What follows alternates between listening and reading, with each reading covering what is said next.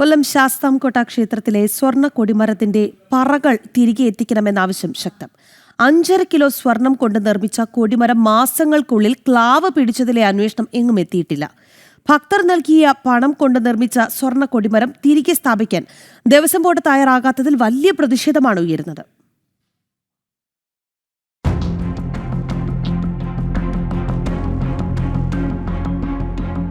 നിലവിൽ ചെമ്പ് കൊടിമരമാണ് ശാസ്താംകോട്ട ക്ഷേത്രത്തിലുള്ളത്. മുൻപുണ്ടായിരുന്ന സ്വർണ്ണ കൊടിമരം തിരികെ സ്ഥാപിക്കണമെന്നുള്ളത് ഏറെക്കാലമായി ഭക്തർ മുന്നോട്ട് വയ്ക്കുന്ന ആവശ്യമാണ്. 2013 കൊടിമരം സ്ഥാപിച്ച് മാസങ്ങൾക്കുള്ളിൽ ക്ലാവ് പിടിച്ചു. പകരം കോടതിയുടെ അനുമതിയോടെയാണ് താൽക്കാലികമായി ചെമ്പ് കൊടിമരം സ്ഥാപിച്ചത്. സ്വർണ്ണപ്പറകൾ ദേവസ്വം ഹരിപ്പാട്ടെ സ്ട്രോങ് റൂമിൽ സൂക്ഷിച്ചതായാണ് റിപ്പോർട്ടുകൾ.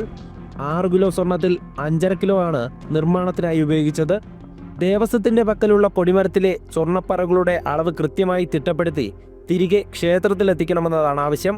2014 വിജിലൻസ് പരിശോധനകൾക്കായി കൊണ്ടുപോയ പറകൾ ഹരിപ്പാട്ട് എവിടെയോ ക്ഷേത്രത്തിലുണ്ടെന്നാണ് അറിയാൻ കഴിഞ്ഞത്. അത് ഇതുവരെയും തിരിച്ചെത്തിച്ചിട്ടില്ല. അത് എത്രയും പെട്ടെന്ന് തിരിച്ചെത്തിക്കേണ്ടതാണ്. അത് കുറേ വർഷങ്ങളായിട്ട് കൊണ്ടുപോയിട്ട് അതിനെപ്പറ്റി യാതൊരു വിവരവും ഇപ്പോൾ ഇല്ല. ഭക്തജനങ്ങൾ പണം നൽകി നിർമ്മിച്ച കൊടിമരത്തിന്റെ സ്വർണ്ണപ്പറകൾ ദേവസ്വം സ്ട്രോങ് റൂമിൽ ചാക്കിൽ കെട്ടിവെക്കാനുള്ളതല്ല.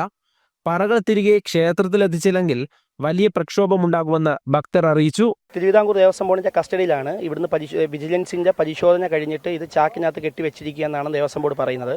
അത് നാട്ടുകാർ പകുതി പൈസ മുഴുവൻ എമൗണ്ടും നാട്ടുകാർ ദേവസ്വം ബോർഡിന് കൊടുത്തിട്ടാണ് അന്ന് ഈ കൊടിമരത്തിന് വേണ്ടിയിട്ടുള്ള സ്വർണം ദേവസ്വം ബോർഡിന്റെ കയ്യിൽ നിന്ന് വിലയ്ക്ക് വാങ്ങിച്ചിട്ടുള്ളത്.